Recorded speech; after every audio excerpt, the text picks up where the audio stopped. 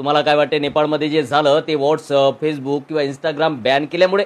मुळातच नाही, तर या सर्व गोष्टीसाठी कारणीभूत आहे नेपाळची संघटना HSS, हिंदू स्वयंसेवक संघ. आणि या HSSने नेपाळमध्ये पसरविलेली धर्मांधता, भेदभाव, जातीभेद, धर्मात वाद. नेपाळमधील ही HSS म्हणजेच हिंदू स्वयंसेवक संघ भारतातील RSSच्या प्रेरणेने, RSSच्या मदतीने, RSSच्या विचारसरणीने चालणारी संघटना 1992ला स्थापन करण्यात आली होती. मात्र 2008 पासून ती मोठ्या प्रमाणात ऍक्टिव्ह झाली. तिने संपूर्ण नेपाळमध्ये धर्मांधता पसरवणं सुरू केलं, जातीवाद निर्माण करणं सुरू केलं, जातीमध्ये धर्मामध्ये वाद पेटवणं सुरू केलं. कारण 2008 मध्ये नेपाळ धर्मनिरपेक्ष राष्ट्र म्हणून घोषित करण्यात आलं. त्यानंतर नेपाळमधील हा जातीय संघर्ष, भेदभाव, जातीभेद, धर्मांधता सर्वोच्च प्रमाणात वाढली जेव्हा नेपाळचा प्रधानमंत्री एक ब्राह्मण खडक प्रसाद शर्मा ओली बनला. प्रधानमंत्री खडक प्रसाद शर्मा हा पूर्णपणे HSS म्हणजेच हिंदू स्वयंसेवक संघाच्या म्हणजेच नेपाळमधील RSSच्या विचारसरणीने चालणारा प्रधानमंत्री होता.